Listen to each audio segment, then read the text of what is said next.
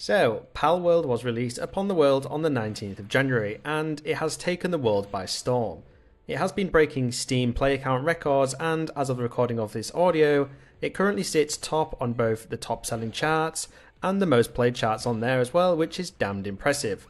But is this all just new game hype, or is Palworld actually a good action-adventure survival game? Well, I have put a decent amount of hours into it over this last weekend, so without further ado, let's go ahead and find out.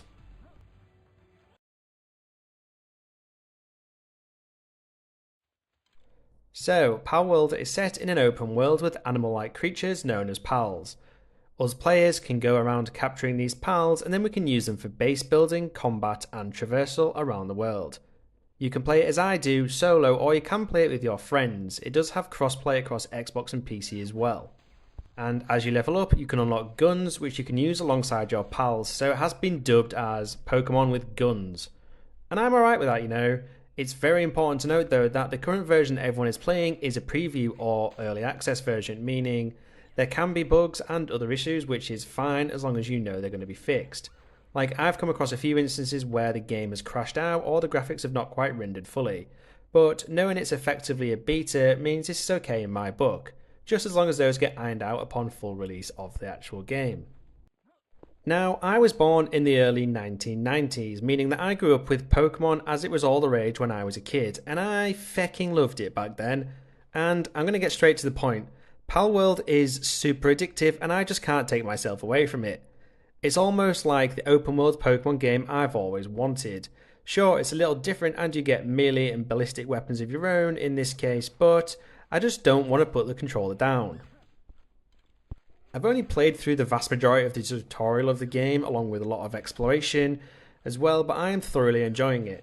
Like, I did try and attempt to face the boss at the end of the tutorial as a level 12, but find myself getting shafted very quickly, so I feel I'll come back to that after I've played some more and level up both myself and my pals. So, despite its obvious similarities to that of Pokemon, with the pals looking similar and the way you capture them, the game itself actually more resembles a survival game with its roster of livable creatures to capture and then use to help build yourself a base in this world. Though, you effectively force them to help you build, mine, refine, and all of the stuff in between. So it's basically slave labour, but they can slack off whenever they want, so swings and roundabouts. There are times when your base does in fact get invaded by syndicates and their pals and you'll need to fend them off, but all your pals will all stop what they're doing and defend your base, and effectively, they're home. Now, these goons who raid your base and villages also command towers and dungeons and other small outposts with more goons who shoot to kill, along with their pals who attack. Now, I've come across a few places where they've captured a pal as well, and your goal is to free them and then keep them as your own. This game is actually pretty funny in some ways. Early-ish in the game, you'll probably come across a pal called Foxparks, and as you level up, you can literally pick Foxparks up and use them as a flamethrower. Now, I don't have footage of this currently, sadly, but it's great fun. I can also mount assault rifles and submachine guns to some of my other pals as well. It's honestly just a boatload of fun and feels like the devs just had some creative freedom to make this game utterly bonkers in some aspect, and I'm fully on board with that. Like, the fact that I and millions of other people are having so much fun in the preview version of the game is just a great indicator to just how good this game could actually become in the future. Like, even in order to catch pals in the first place, you need to hack them half to death with an axe or a bat or something like that, which feels odd, but it does make them far easier to catch.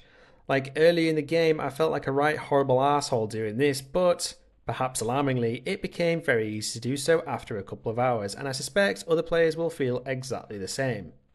I do look after them all and all that after I've beaten them up, so it's not all bad, right? On the base building side of things, it looks pretty in-depth from what I've seen so far. As you level up, you can unlock new structures and new items for your base, like stone mine, furnace, egg incubators, along with many more things. I've barely scratched the surface so far when it comes to base building, but I cannot wait to get stuck in fully. You want to automate the process of making like wood, stone, ingots, all of those other things like any other survival game, because if you don't, it is a bit of a grind. But this is where your pals come in to help. Like, you can capture pals who can chop wood, break up rocks, plant seeds, and all that stuff to automate it all for you, so that you're well prepared for the adventures and fights that lie ahead throughout the Pal world.